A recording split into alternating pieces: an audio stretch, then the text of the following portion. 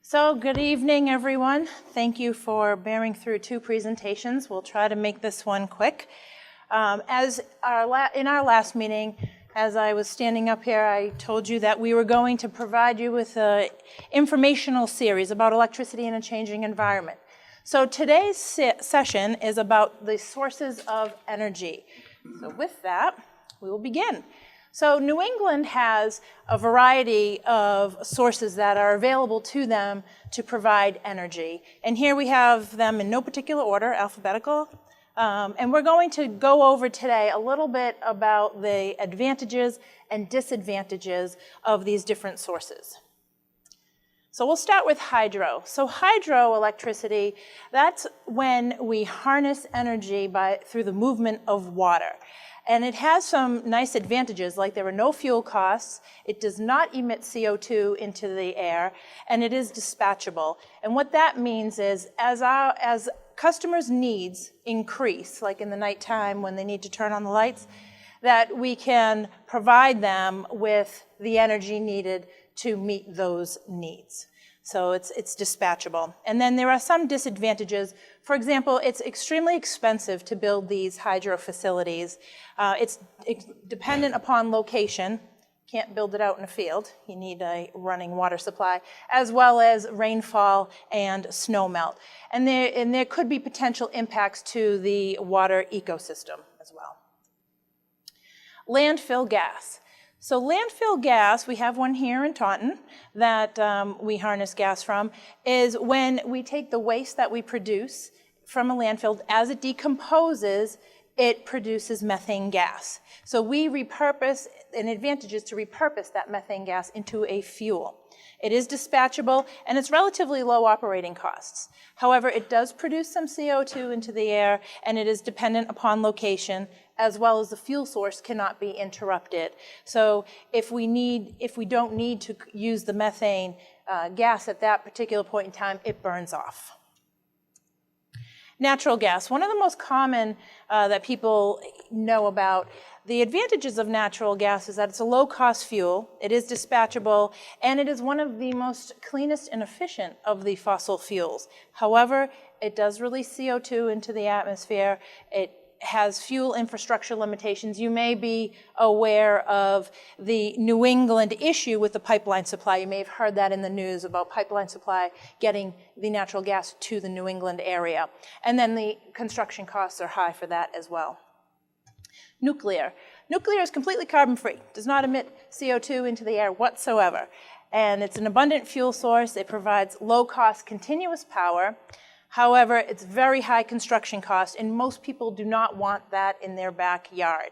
Also, there is a long-term storage issue for the radioactive wastes. Oil, another one that most people are familiar with.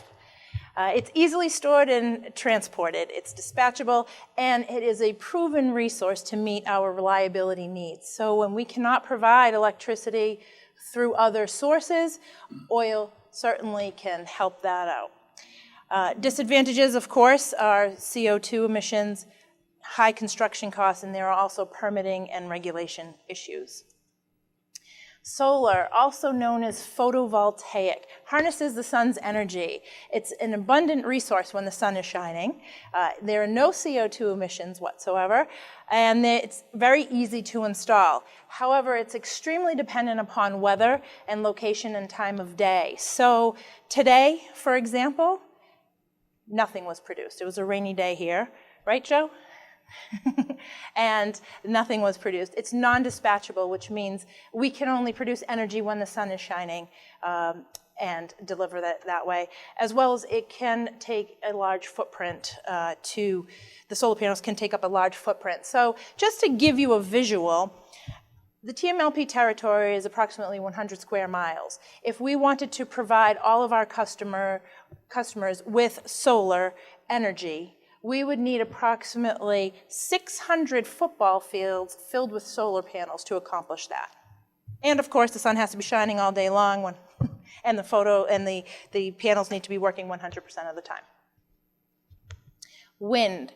So wind energy, you may have seen the turbines around. If not, there's a beautiful picture there in the right-hand corner. You can see the turbines there. There are no fuel costs associated with wind energy, no CO2 emissions, and low construction costs. However, it is extremely dependent upon geographic location. They need to be built where there is enough wind. TMLP, we had done a study, and the data had shown that we do not meet the criteria for a sustainable wind turbine area. Non-dispatchable, as well as their transmission, aesthetic, and noise issues associated with the turbines. So this is just an overview of some of the sources that are available here in New England.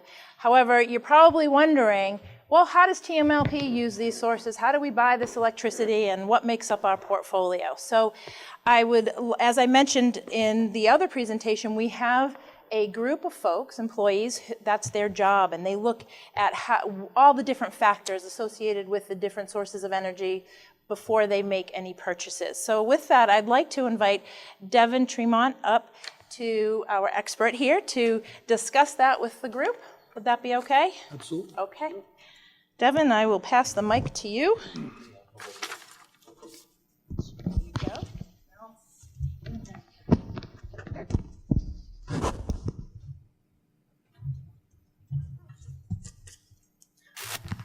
Okay.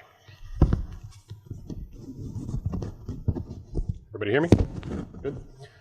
All right. So Sonia went and explained some of the fuel mixes, and some of their advantages, disadvantages. What we're looking at right here is 2017's energy fuel mix, not to be confused with capacity, for all of New England. So these numbers come out of, they come from ISO New England. ISO stands for the Independent System Operator, independent implying that they are not for profit.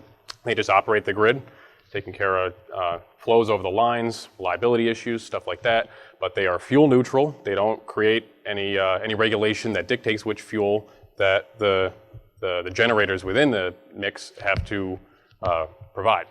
So what you're seeing here is a result of what the market drove. So as you can see, natural gas is predominantly, it's almost half of the mix.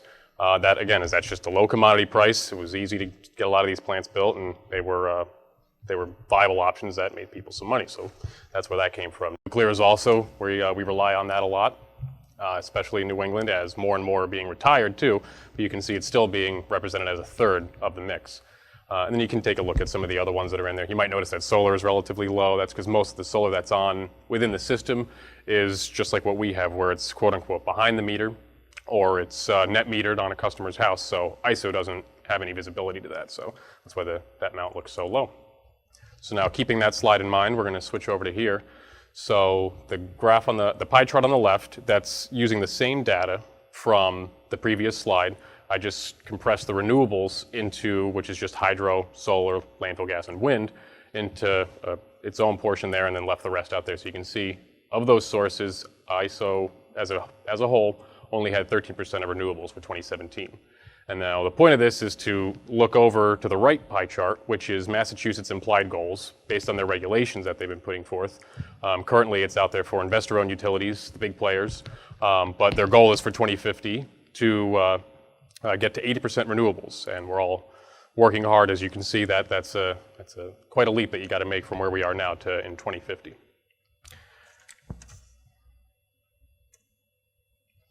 Okay, and now we can step into TMLP's actual fuel mix for 2017. And again, this is energy, not to be confused with capacity.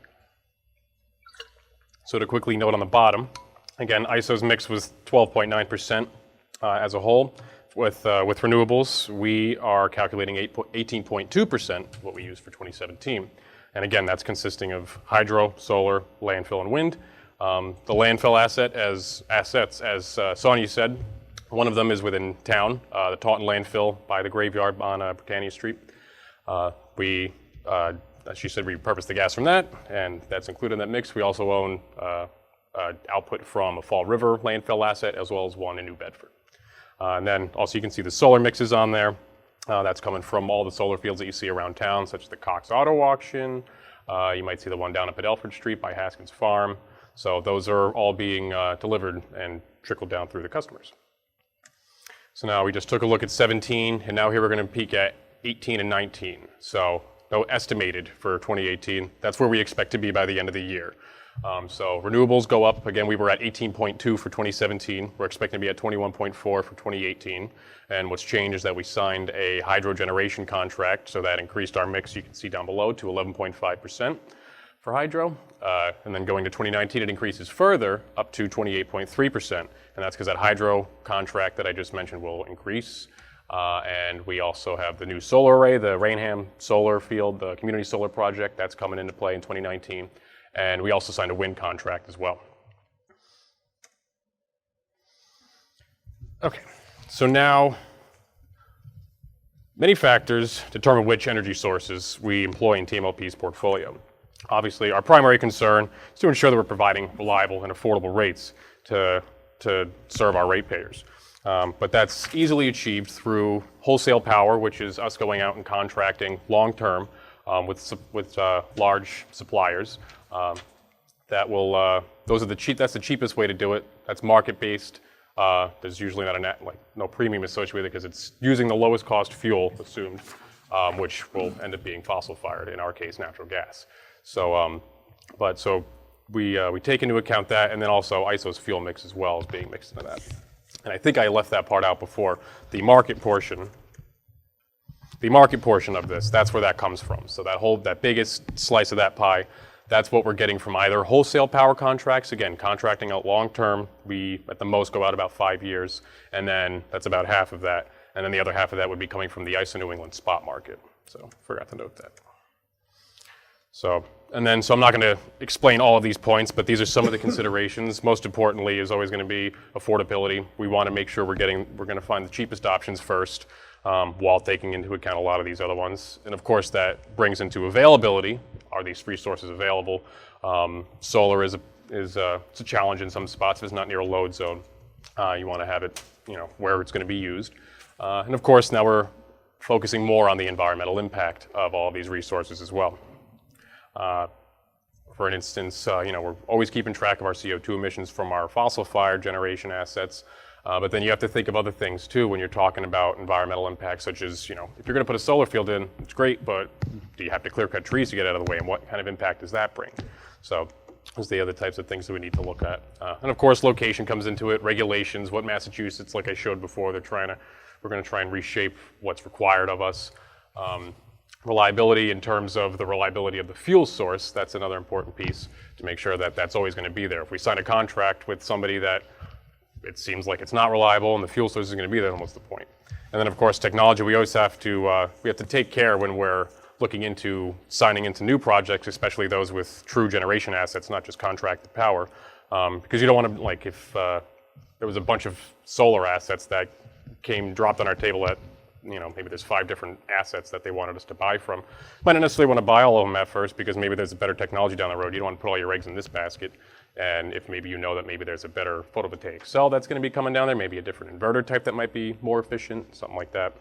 So all that is to say that TMLP needs to take all these into account when we're shaping our portfolio to ensure that our customers' rates are low, that the supply we are contracting is reliable, while also being mindful that our environmental impact and the sustainability of the sustainability of the fuels that we use. So we just try to take all these pieces and just be mindful of everything as we're going forward. Again, the landscape is starting to change in New England and especially in Massachusetts, so we're focusing a lot more on environmental impact, but at a number one priority, affordability and reliability are up there as well. One of the things, Devin, that I found pretty interesting that you had mentioned was about the IOUs not being able to purchase when we can. Did you want to speak to that at all? Yeah, so what Sonia's talking about is the investor-owned utilities, the big players, when they have to contract power out, Department of Public Utilities requires them to purchase power at certain times of the year. So it doesn't matter what the market's doing, they're supposed to be buying at a certain time. Whereas us, we can wait for the opportune times, which are typically in the fall and the spring. So when we wait for the prices to go low, contract that out. We're not going to go buying in the middle of a cold snap winter when prices are going through the roof, because that just raises market prices. So. Great. Thanks, Devin. all interesting stuff we have to consider when purchasing and balancing our portfolio. I didn't realize myself how intricate this process is. So thank you, Devin, for going into that. And with that, always in the back of our mind at the TMLP, we take our customer into consideration first, right? And our mission statement talks about providing reliable, affordable, and environmentally conscious services to our customers. And so with that, I will open it up to any questions. Mr. Blackwell?